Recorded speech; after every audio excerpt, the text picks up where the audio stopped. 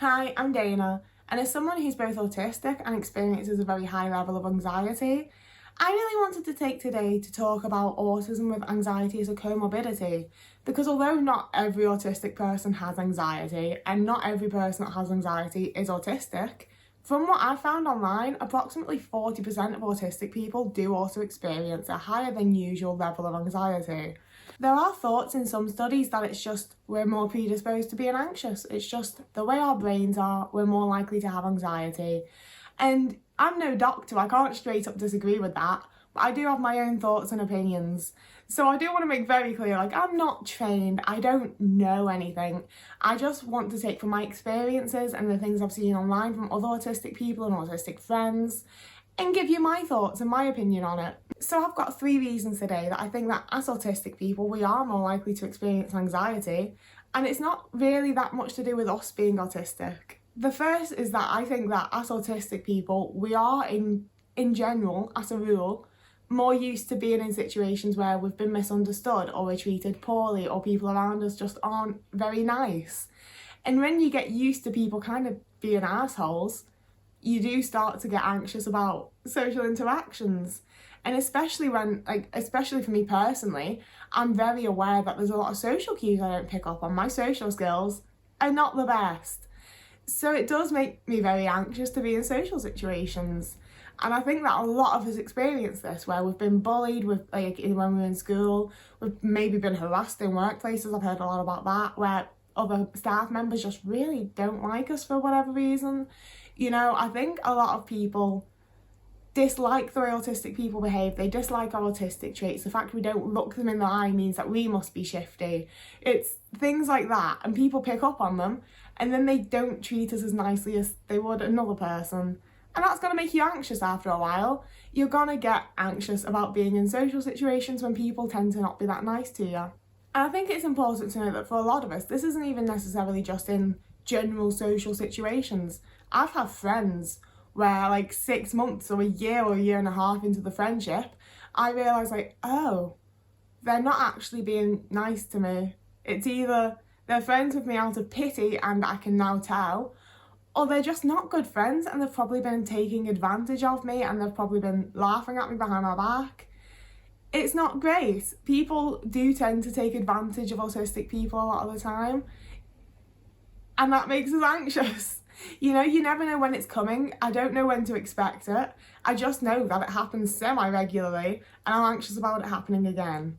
And I think that goes for a lot of autistic people. I've read so many experiences that are very, very similar to mine, if not basically exactly the same. So I think that goes into it a little. My second reason is that the world is hard to understand.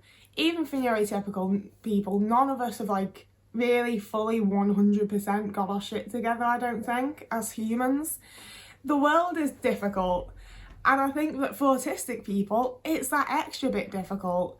So when everything's a little bit harder than it feels like it should be, you tend to get a little anxious about those things. Whereas a neurotypical might not get too anxious, say, for example, visiting a new place. I've got to think about, I don't know where I'm getting the train and I can't read the little train platformy things. I don't know what that means. So as soon as I get off the train in this unfamiliar train station, I'm going to have to go up to someone that works there and be like, okay, so where's this platform? What time's this train? Which train is it? Where am I going? What am I doing? And then once I've done that and I get to the final destination, I've got to get my phone out and get the Maps app and try to follow a map, which I'm also not good at. So everyday situations, what I'm trying to say, didn't need that whole ramble. I'm saying that everyday situations take us more effort, they're more difficult. And when something's difficult, it can bring on anxiety because we don't know if we're going to manage it. Or at least I don't, a lot of the time. So a huge amount of my anxiety stems from that. And for autistic people, we often thrive most when we have a routine and we know what we're doing and everything feels safe. And so often, especially as an adult, the world just doesn't allow you to stick in your routine. It doesn't allow you to stay feeling safe, which obviously brings on feelings of anxiety. And I do think that everyone in the world benefits from having a good routine. But for autistic people, it's not so much that I benefit from it, it's more that I absolutely need it to be able to live a life that's in any way at all considered normal or fun. I just think that for a lot of autistic people, our day-to-day lives take just that little bit of extra effort that neurotypicals don't have to put in. And it's hard. It's really hard. And of course, it makes us feel a bit anxious sometimes. I know that I get anxious about it a lot. Like, even just grocery shopping makes me super anxious. Just leaving my house makes me super anxious. So, you know, like when the world's just this big, confusing, hard place, which it is for everyone. I'm not trying to take down neurotypicals' views of things. The world is hard for everyone. But when you make it that little bit harder, because I don't seem to pick up on the things that everyone else just intuitively figures out, it makes you a little anxious. And my final reason is one that I've only recently picked up on in, like, I'd say maybe the last 6 months, but that's sensory issues. I've had so many times when I've been out doing something, and it's perhaps something I've done 100 times that doesn't normally make me that anxious. And then all of a sudden, my anxiety's like nearly crippling, and I'm gonna cry and I need to find a bathroom to have a panic attack in. And now, I can quite often, not always in the moment, usually afterwards, but I can point out like, oh, this was too loud, or this was too bright, or there was this fabric on my skin that was stressing me out. And this sensory issue is what brought on the anxiety. And in some ways that's really great because, you know, I can figure out what my sensory needs are to not have random anxiety come on in the day. But then it's also not so great because in a grocery shop I get anxious because it's too loud and it's too bright. I'm not doing my grocery shopping with like noise cancelling headphones and sunglasses. Like, I'm already anxious, you know? That's not helping me. So I don't always know how to fix it once I've figured it out, which kind of sucks. But, you know, when it's a case of like I'm sat here and I'm really anxious for no reason, and then I'm like, oh, I can feel the seam on my socks, I'll take my socks off, and the anxiety goes away. You know, it took me quite a long time to figure that out. Sensory issues contribute to, like, I'd say probably at least 25% of my anxiety. But it's really difficult to pinpoint what it is in the moment that's making me anxious. But I think that I've almost had more anxiety added on through realising this, because now it's a case of, okay, well, there's some things I can control, you know, I can take my socks off if that's bothering me. If I'm in my house and it's too bright, I can turn the light off. If it's too dark, I can turn the light on. But when you're out and about living life, I'm not in control of my environment. I can't control my environment to be a kind, sensory place where I don't feel anxiety. I wish I could, but you can't. So you just have to deal with it. And that's really, really bloody difficult. Like, a lot of my tactic for anxiety is just deal with it, just get through the moment, just deal with it and get through, and then we'll be done with it and it'll be fine. But when you're just being forced into situations where you've got no choice but to deal with it, it becomes sort of a high pressure, very scary place that induces a lot of anxiety, and I don't enjoy it and I don't like it and I don't know how to fix it.